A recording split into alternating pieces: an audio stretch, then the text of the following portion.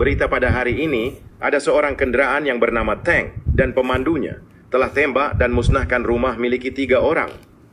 Rumah yang memiliki 3 orang itu sangat marah dan mereka menuduh 3 orang perempuan yang bergeng dan bernama, aku tak tahulah nama geng dia, kau fikirlah sendiri. Tetapi aku jumpa satu video dan jom kita tengok video yang dibuat oleh pemandu Tank itu.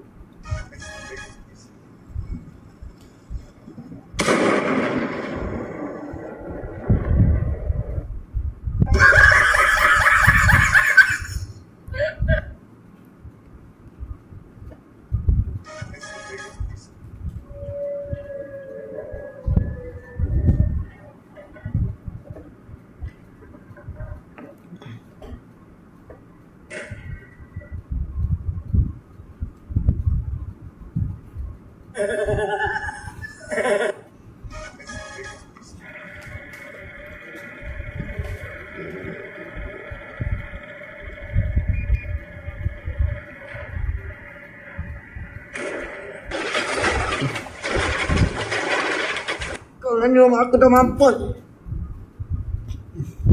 Oppan Gangnam Style. Gangnam Style. Oppan Gangnam Style. Berdasarkan video yang diupload oleh pemandu Tank, saya sangat bersimpati sebab rumah memiliki 3 orang dah salah tuduh orang. Mereka pergi tuduh 3 perempuan itu, sedangkan yang pemandu tu yang bagi rumah mereka musnah, terbakar, meletop dan mampus. Itulah saja untuk berita hari ini. Sekian daripada TV3. Kalau kau tak sebut TV3, aku bunuh kau, bakar rumah kau dan bagi kau Samsung Galaxy Note 7.